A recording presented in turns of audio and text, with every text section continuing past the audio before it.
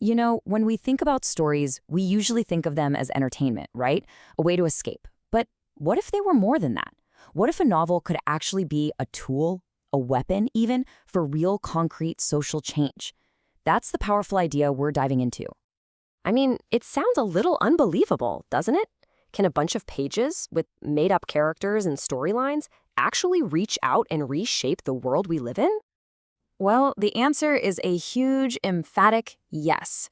Time and time again throughout history, some books have just refused to stay on the page. They've become direct instruments for changing laws, minds, and entire societies. So, how on earth does this actually work? Well, you can think of fiction as a kind of laboratory for society. Inside its pages, writers get to test out ideas, diagnose problems, and show us visions of how our world could be totally different.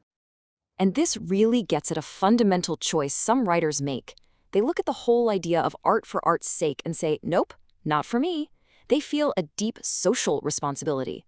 For them, the goal isn't just to tell a good story, it's to drag injustice into the light, to speak for those who can't, and to actually push us all towards something better. To really get our heads around this, let's use a metaphor that I think really works. Thinking of literature as a kind of medicine for what ails society. It's pretty straightforward, right? A doctor examines a patient and diagnoses an illness. Well, a writer can examine their society and diagnose its hidden sicknesses, things like corruption or cruelty or just plain old indifference. And then, through the story, they don't just point a finger at the problem. They offer up a cure, new ideas, new ways of living, a new moral compass that could lead to a healthier world. And this brings us to the main event, protest literature.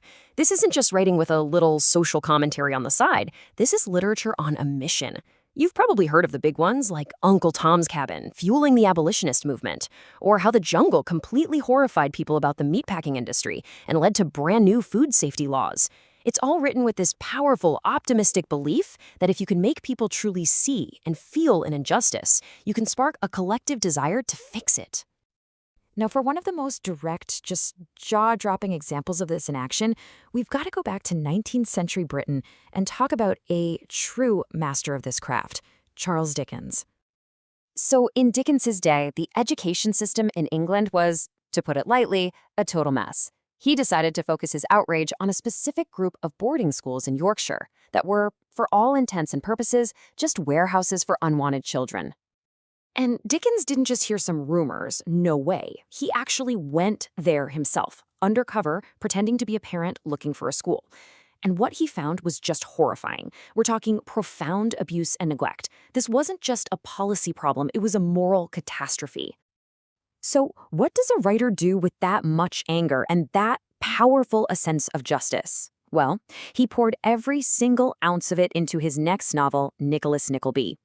The hero of the story sees all this cruelty up close, and his rebellion against the evil headmaster, well, that became a symbol for the rebellion society itself needed to have against these places. And the impact was immediate. It was like a lightning strike. The book gets published in 1838, and the public is absolutely horrified. Parents who are reading about this fictional school suddenly start pulling their real kids out of these very real schools. The public outrage was so massive that these businesses, and that's what they were, they just couldn't survive. They went bankrupt. Just stop and think about that for a second. Before Dickens wrote his story, there were dozens of these terrible places, all making money off of child neglect. It was just a hidden, kind of accepted part of the way things were. And after? By 1848, only 10 years later, just one of those notorious schools was still standing. A single work of fiction had effectively erased an entire abusive industry from existence. That, right there, is the power we're talking about. So the big takeaway here is that this isn't just some quaint story about one book by Charles Dickens. His novel is this incredible template that shows us the enduring power of literature that has a purpose, that is committed to making a change. Whether it's Dickens in the schools, or John Steinbeck showing us the plight of migrant workers in The Grapes of Wrath, or Ralph Ellison tackling racial invisibility in Invisible Man, the pattern is the same.